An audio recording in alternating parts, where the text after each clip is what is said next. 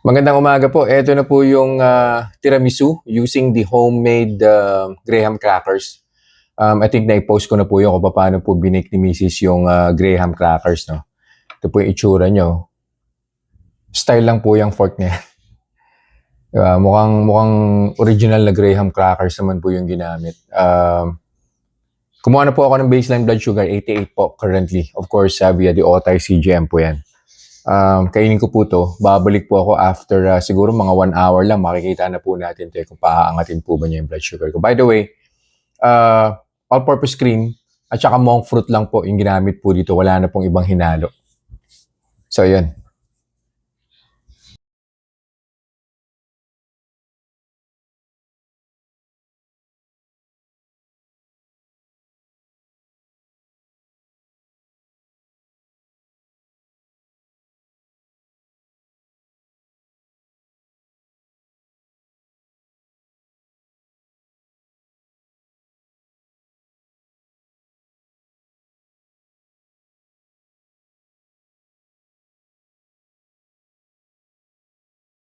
Conclusion na po tayo dun sa kinain kong tiramisu with homemade or DIY graham crackers.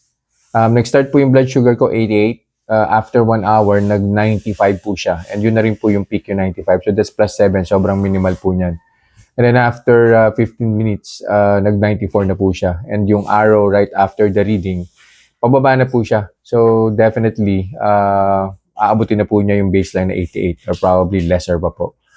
Ang recommendation, syempre okay po siya. Wala po siyang problema, no? Just make sure na yung right ingredients po para po dun sa pagbibake ng graham crackers is ma-follow.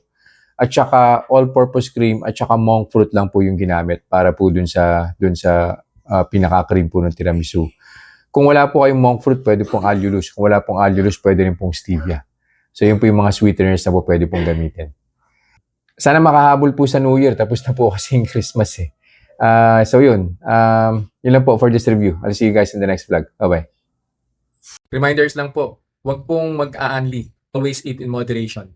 Di po ako doktor, so whenever in doubt, konsulta po kayo sa doktor ninyo. And yung results po ng mga review na ginagawa ko, it may vary. So huwag niyo pong i-expect na yung resulta sa akin is magiging kapareho po ng resulta sa inyo. So yun lang po. Have a nice day.